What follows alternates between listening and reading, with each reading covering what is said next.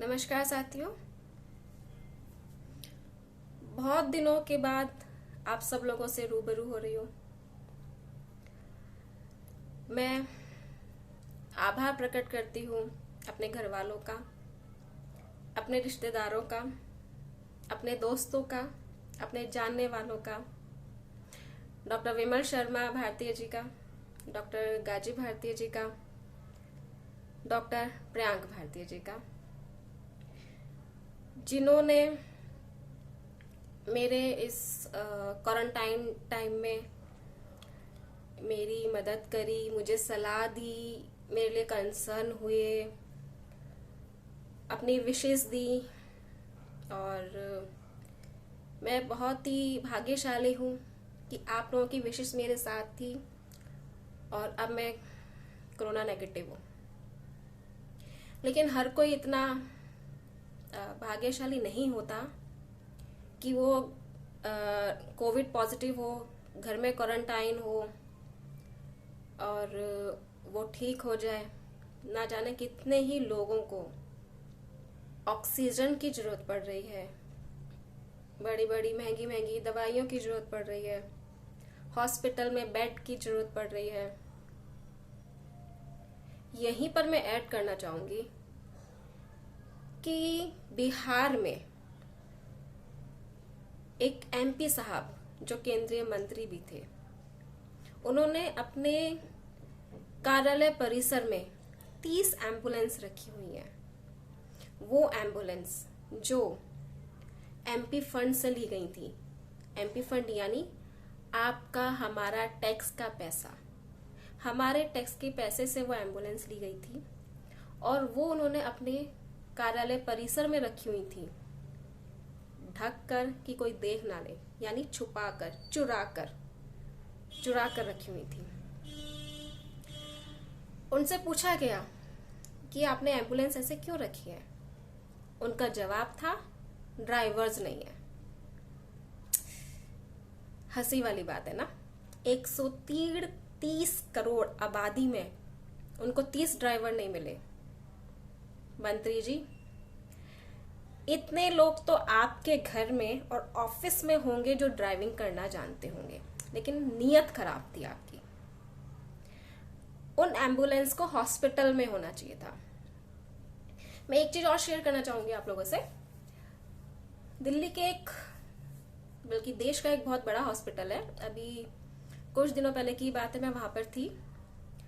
वहां मैंने खुद काउंट किया था, नियर अबाउट 30 एम्बुलेंस हॉस्पिटल के बाहर खड़ी थी। देश का बड़ा हॉस्पिटल था वो। यानी इन एमपी साहब ने वो जो 30 एम्बुलेंस अपने पास रखी है, उस एम्बुलेंस से कितने लोगों की हेल्प होती अगर वो हॉस्पिटल में अपनी सर्विसेज दे रही होती। देश के लोग बेचारे अपने रिलेटिव्स को साइकिल पे लेके जा रहे हैं, ठेले पे लेके जा रहे हैं, बैटरी रिक्शा में लेके जा रहे हैं, ऑटो में लेके जा रहे हैं। और इन साहब ने वो 30 एम्बुलेंस ऑक्यूपाइड कर रखी थी। किस लिए?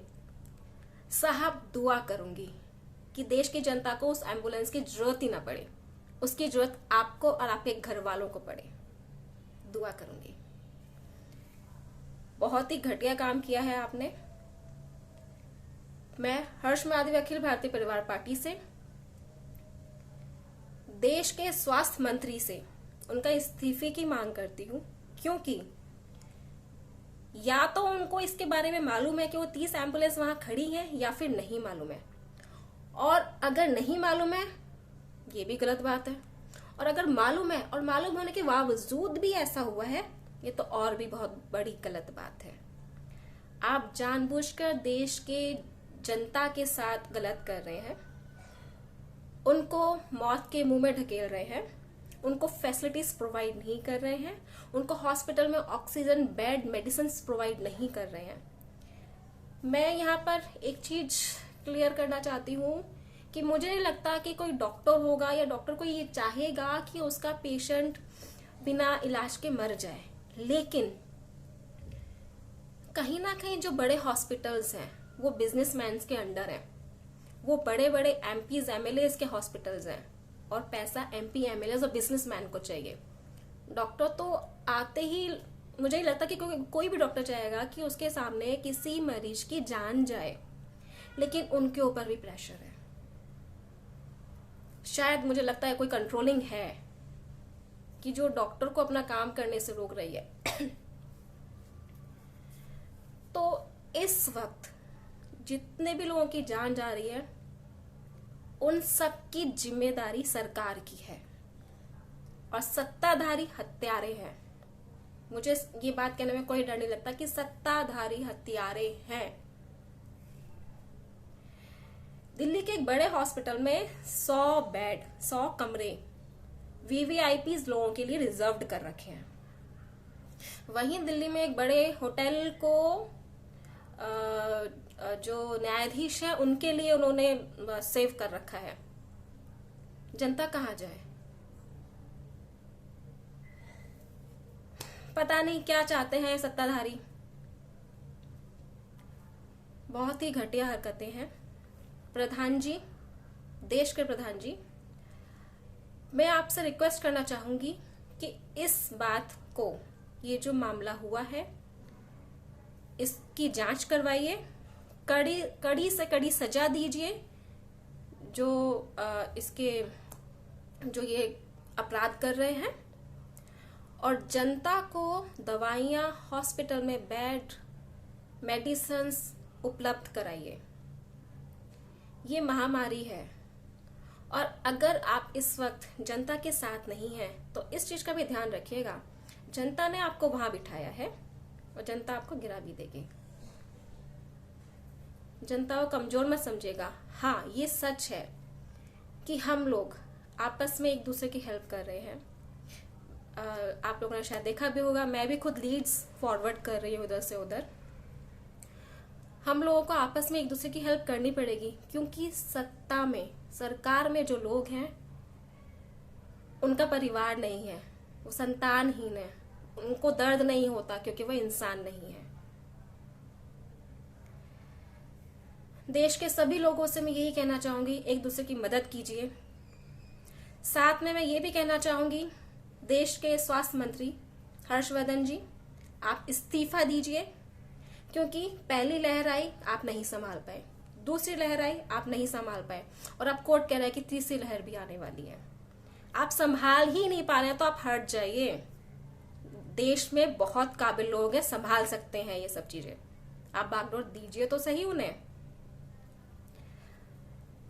यहीं पर मैं आपको ये भी बताना चाहूंगी, अखिल भारतीय परिवार पार्टी के जो लीडर्स हैं वो ज्ञापन भी देंगे जाके पीएमओ में, ये जो घटना हुई है बिहार में। और साथ में मैं ये भी कहना चाहूंगी, बिहार के जो ये मंत्री जी हैं वो भी अपने पद से इस्तीफा दे दें। उनके अंदर थोड़ी सी भी इंसानियत नहीं बची। शायद किसी भी राज्य नेता के अंदर इस वक्त इंसानियत नहीं बची। क्या आप मुझे कोई भी ऐसे 2 राज्य नेताओं के नाम बता सकते हो जिसमें सच में इंसानियत है? वो देश के लोगों के लिए काम कर रहा है, वो देश के बारे में सोच पा रहा है, लोगों के बारे में सोच पा रहा है। क्या आपने देखा अभी तक राज्य नेता बड़े बड़े जो लोग हैं वो मरे कोरोना से? नहीं, आम जनता मर रही है। मिडिल क्लास लोग ज्यादा मर रहे हैं। बेचारे वो लोग पता नहीं कैसे कैसे अपना घर बनाते हैं, अपने ज्वेलरीज बनाते हैं, अपने फंड्स इकट्ठे करते हैं, और पैसा ऐसे ही बहता जा रहा है। जैसे कि अभी केस भी था, शायद गुड़गांव से पंजाब एम्बुलेंस को जाना था पेशेंट को लेके, उसने 1,20,000 रुपया चार्ज किया।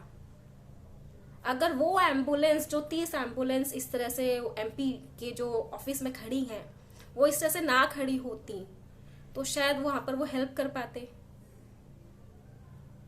बहुत ही बुरा हाल है देश का, और देश का ये बुरा हाल करने के लिए मैं देश के सत्ताधारियों, देश की सरकार को जिम्मेदार मानती हूँ। इस वक्त जितनी भी मौतें हो रही है कोरोना से, वो हत्या है जो देश के सत्ताधारी कर रहे हैं। कोई बात नहीं, ये अंधेरी रात है, कब तक रहेगी? सुबह तो होगी, और इस बुरी रात का अंत भी होगा, और अच्छे दिन सच में आएंगे जिस दिन आप रोएंगे। आपको हटना पड़ेगा, क्योंकि आप इस काबिल नहीं है कि आप देश को संभाल सके। मैं हर्षवादी भारतीय अखिल भारतीय परिवार पार्टी से अपनी वाणी को यही विराम देती हूँ। जय हिंद, जय भारत।